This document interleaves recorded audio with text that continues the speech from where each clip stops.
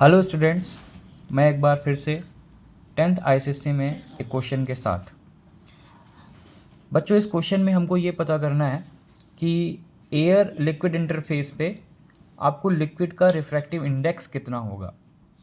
तो refractive index of liquid पता करने के लिए आपको ये देखना है कि रे किधर से किधर जा रही है। तो ये जो रे जा रही है, इंसिडेंट रे, वो एयर टू लिक्विड जा रही है। तो एयर टू लिक्विड अगर ये जा रही है तो रिफ्रैक्टिव इंडेक्स आपका लिक्विड का होगा किसके रिस्पेक्ट में? एयर के रिस्पेक्ट में। तो आप इसको कैसे पढ़ेंगे? Refractive index of liquid with respect to air. अब स्नेल्स लॉ क्या कहता है? Sine I upon sine R, ये आपका रिफ्रैक्टिव इंडेक्स के बराबर होता है। ये स्नेल्स लॉ कहता है कि sine I upon sine R refractive index के बराबर होता है विथ रिस्पेक्ट टू एयर। किसी किसी केस में हम रिलेटिव टू एयर भी बोल सकते हैं कि refractive index of liquid relative to air. अब ये फॉर्मूला आपने लगा दिया sine I upon sine R, तो आपको एंगल ऑफ इंसिडेंट ढूंढना है। ये नॉर्मल है, तो नॉर्मल से इंसिडेंट रे जो एंगल फॉर्म करती है उसको हम इंसिडेंट एंगल कहते हैं, और नॉर्मल से जो रिफ्रैक्टेड रे एंगल फॉर्म करती है उसको हम आर कहते हैं, एंगल ऑफ रिफ्रैक्शन।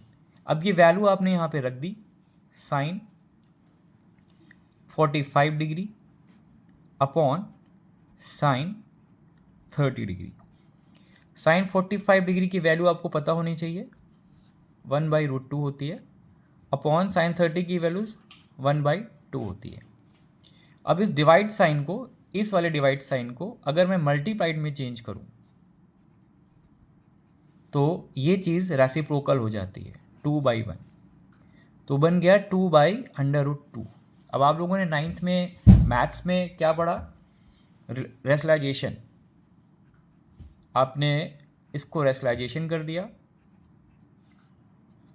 √2 से मल्टीप्लाई डिवाइड करके 2√2 बन गया। √2 को √2 से मल्टीप्लाई करते हैं तो 2 आ जाता है, 2 कैंसिल आउट हो गया। रिफ्रैक्टिव इंडेक्स आ चुका है √2। ये हमारा लिक्विड का रिफ्रैक्टिव इंडेक्स है विथ रिस्पेक्ट टू एयर। इसकी वैल्यू है √2।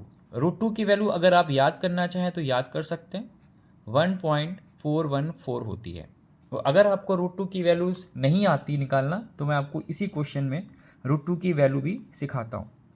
सबसे पहले आपने 2 यहाँ लिख लिया, पॉइंट लगाया और 2 0 इवन फॉर्म में आपने उतार दिए।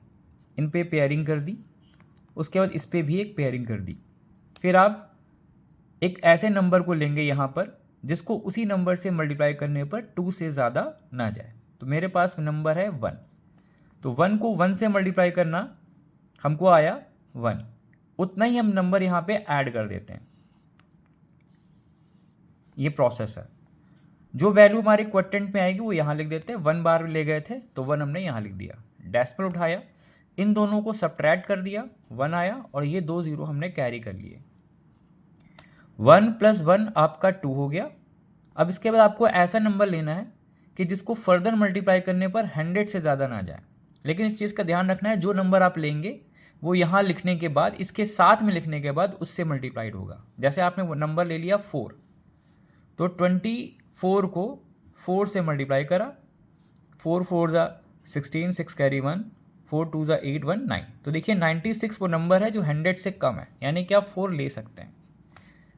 4 यहाँ लिख दिया, उतना ही हमने ऐड कर दिया। अब 100 के नीचे हमने लिख दिया 96, 24 4 96।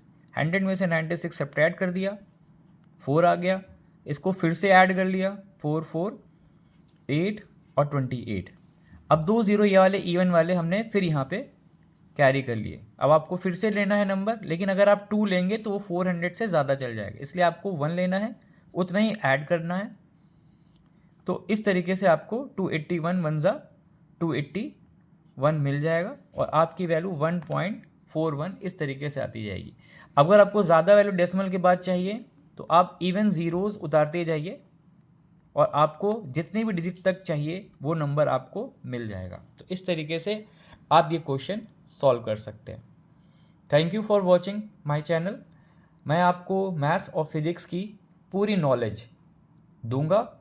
आपको क्या करना है, सिर्फ चैनल को सब्सक्राइब करना है, ठीक है, लाइक करना है, और कोई भी क्वेरीज या अच्छे कमेंट्स आप देना चाहें तो आप मेरे चैनल पे दे सकते हैं। Thank you.